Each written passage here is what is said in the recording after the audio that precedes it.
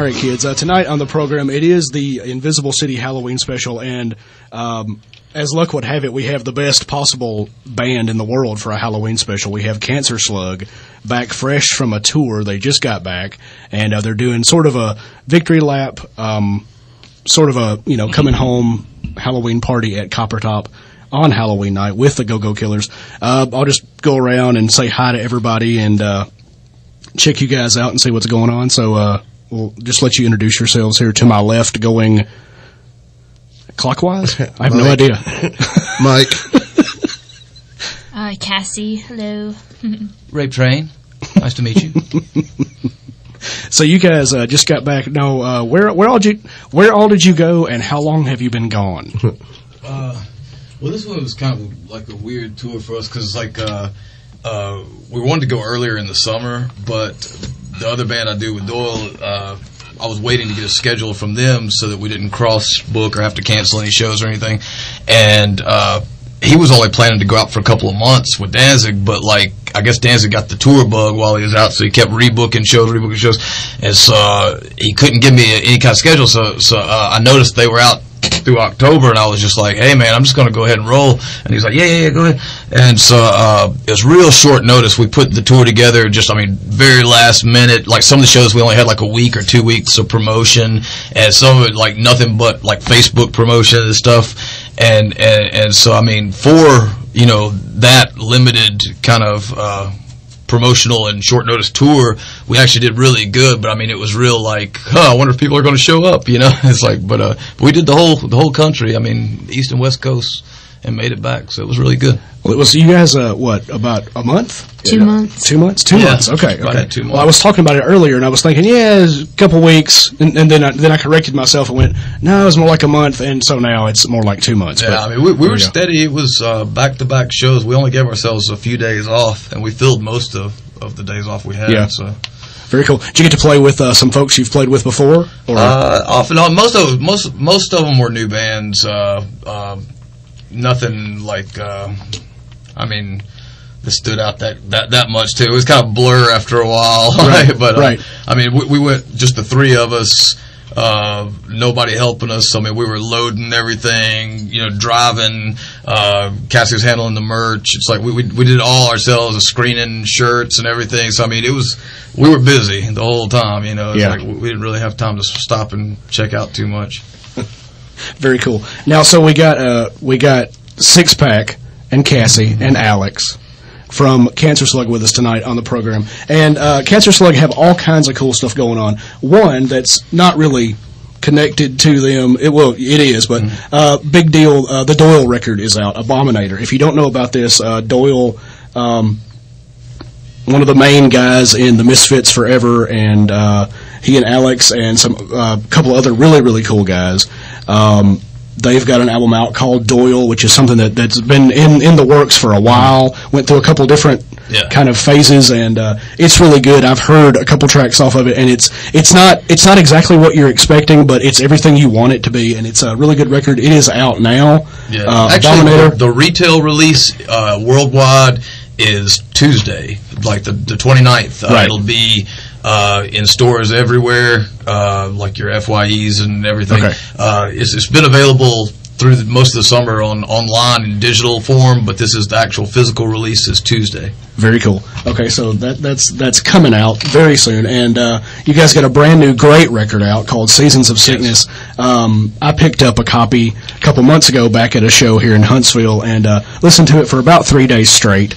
And there's no B-sides; it's all A-sides. It's a great record. If you don't know anything about Cancerslug, they are from Huntsville. They've been here for a long time, and they're one of the absolute best bands from here. And it's a really interesting mix of punk and metal, and but also just good rock and roll and melody. And the songs, we've talked about this a couple times. We've had you guys on before about just how catchy the songs are. The songs can be about killing a cat with a hammer, and but you're like, yeah, that's the best song in the world about killing a cat with a hammer, because it's so crazy and catchy. So, Mike, what about you, man? Are you awake over there? Everything okay? A little hungover, baby? It was a little rough night at Voodoo last night. So. So you guys, those Jaeger bombs catch up to you. We've only been back off the road for a little over a week, and like we're still kind of finding our sea legs and getting back. Right. Now, Cassie, I got to tell you, I noticed this on a lot of the pictures. You are playing a bass that is like 2 times the size of you. Yes, we are now sponsored by October Guitars, and I play the Devil Wing, and we got it in the middle of tour, and it's amazing. I love it. If you're like me and you like really cool, just awesome looking guitars, I mean, Telecasters and Les Pauls and all that kind of stuff, whatever you like is great. But I love a really interesting guitar. I've always been a fan of like BC Rich guitars and different kind of guitars. October Guitars is now sponsoring Cancerslug, and they have some of the most awesome designs ever. Oh, yeah. Tony's amazing, the work he does. It's like, even if, before they were sponsoring us or anything, I was a fan. They put out the Doyle models. It's like, it's a really good company. They're real good people. They've helped us out a lot. He's been working with them for a long time, right? Because I've that's the only place I've ever seen those. That's the only company he's allowed to market his designs. Very cool. So you guys, you're like American outcasts, outlaws, and here you are, sponsored by a legitimate company. Yeah. They're trusting you with guitars. Fancy. It's good. It's amazing. Good. It's like it was kind of like. I don't know. I never had any kind of sponsorships or deals or anything, and like it's like we were proud of it, of course. But like, I got the guitar. I play this model called the False Prophet, and I got it like just the day of the tour starting, and so it was kind of trial by fire going. And poor Cassie, they didn't have hers ready yet, and so they actually met us at one of the shows to kind of introduce us to the guys from the company and everything, and to hand her over her bass, and it's like the bass is twice the size of any bass she was playing, and so like she has to play. She didn't have to, but we felt like we wanted to play it in front of them, but it's like there's the guys that made it just playing, and the frets are in totally different spots, right? And I'm nervous because it's like I've had this guitar for like a week, and I've beaten the hell out of it because of the shows we get a little rowdy sometimes, and I was like, oh God, they're gonna be like, look at this guy's like destroyed this guitar in a week, but they were really cool. They were real into it. Very cool. Well, now Seasons of Sickness, I want to talk to you guys a little bit about this because it kicks off with one of my favorite song titles, Girls Chained Up in the Basement Making Babies to Kill. Yeah. And I wanted to ask you about this because... It's a love song. Yeah. You can dance to it. I wanted to ask you just a little bit about this because I meant to write the quote down and I didn't. But you were in L.A., somebody from L.A. interviewed you, and I read the article online. I don't know who wrote the article, what it was for, anything. But I really liked what you said. I'm going to paraphrase here really, really badly, but you said something about that you don't really get caught up or uptight or offended by subject matter that might be dark or violent or whatever, because basically, if more or less to me what you said was, the way people falsify themselves and represent themselves to be these, I don't know if you want to say politicians or whatever, pillars of the community or whatever, and then we'll turn right around and do whatever serves them best. I liked how you talked about that a little bit because it was, to me, it's one of those things where you sort of, you say what you think, and it kind of goes back to that thing of, my thing with life is there's all kinds of horrible things happening, but really it's either laugh or cry. You either have to laugh right along with it, get through. I think you talked about, nobody really learns anything unless they have to go through some pain or some hard times, and whatever. I should have written it down exactly what you said. The thing is, it's like, people want to hide behind all these pretenses and stuff. It's like, we're the least pretentious band on the planet. We are. It's like what you see is what you get with us. When you see Mike come into a room, you know right off the bat where this guy stands. He wears it on his sleeve, and I think that's the best way to be. People want to, pretend to get all uppity and offended by a joke or a song or some piece of art. it's like, how much can that piece of art actually hurt anything? It's like people are doing horrible things every second of every day, and to me, if the worst thing you got to worry about is somebody's sense of humor or somebody's, artistic, it's like, it's ridiculous, I mean, well, it's like there's you got people getting killed in wars and all this stuff all over, and to me it's like you either can get upset about it or just you got to kind of roll with it. I mean I could string together the most vile conceptual idea into a phrase or a sentence or a song or poem.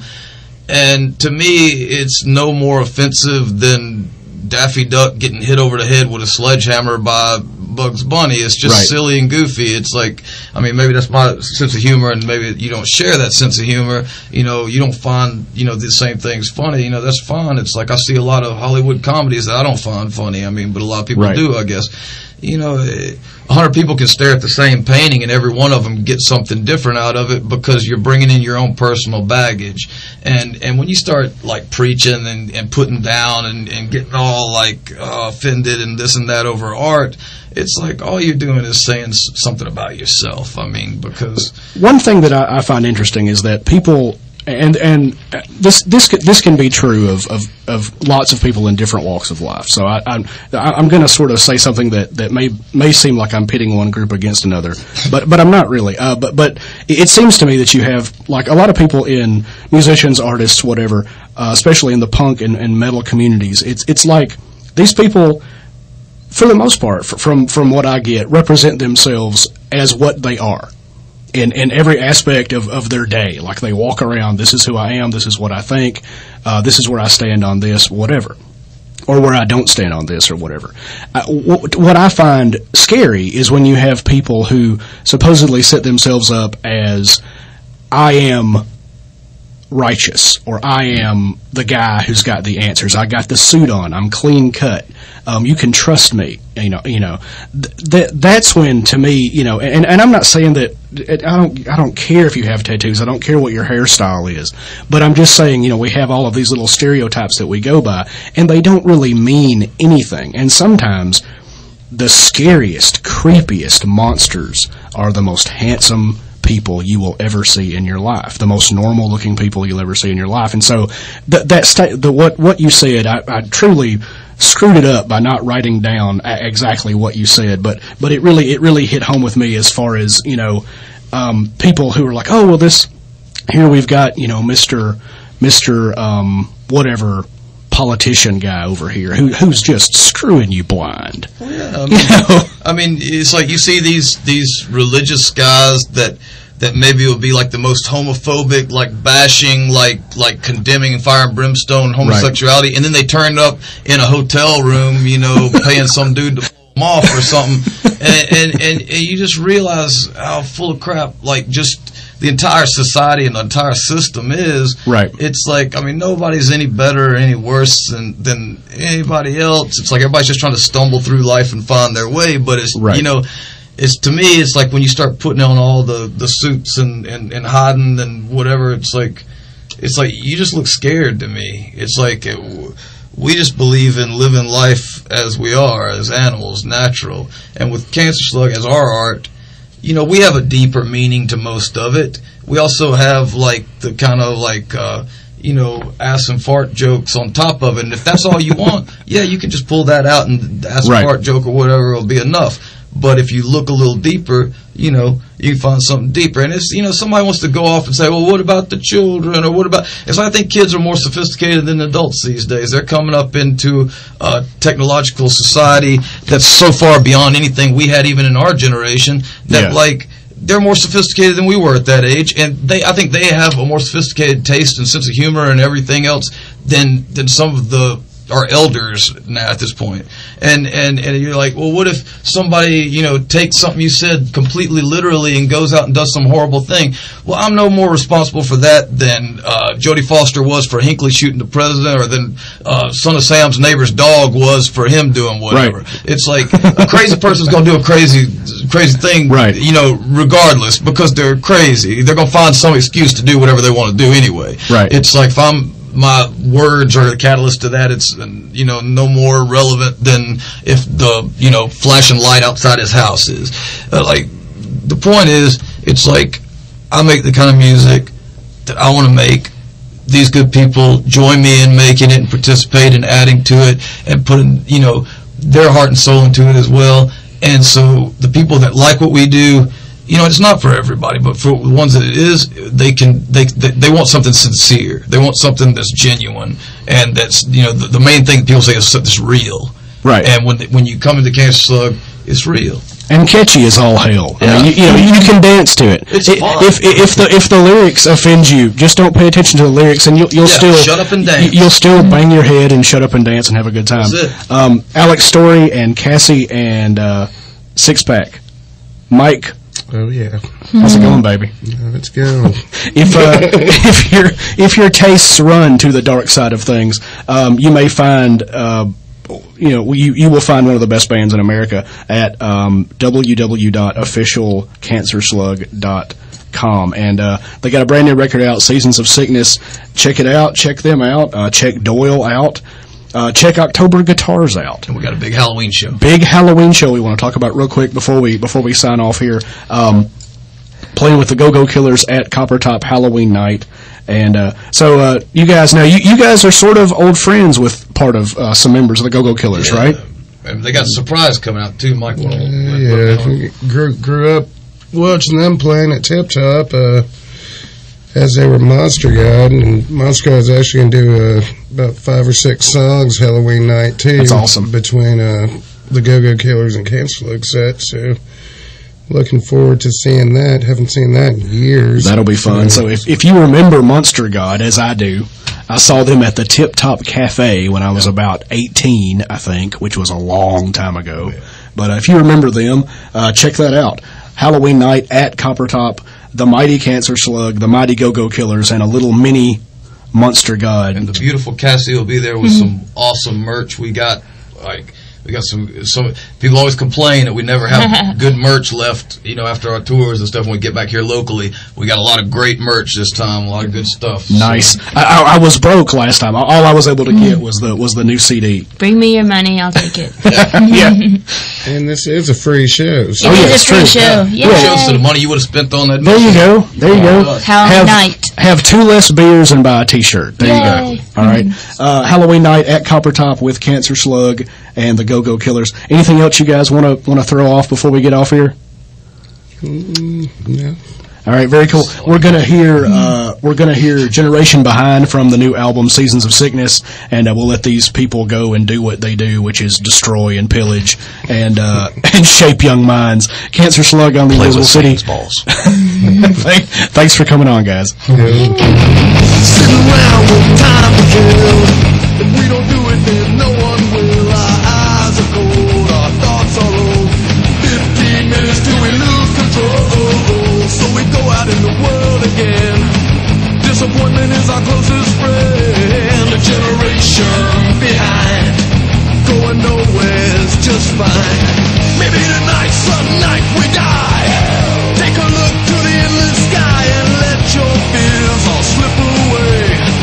What good are they anyway?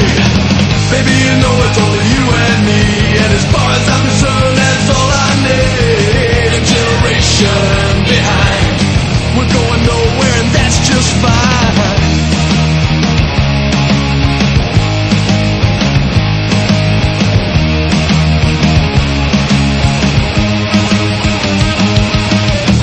Your eyes are filled with wrecked innocence. With every kiss I taste blood on your lips. I feel the pain you try to hide. Another day of a wasted life, and we don't care what the they say, 'cause we make our own reality. A generation behind, we're going nowhere, and that's just fine. Maybe tonight's the night we die.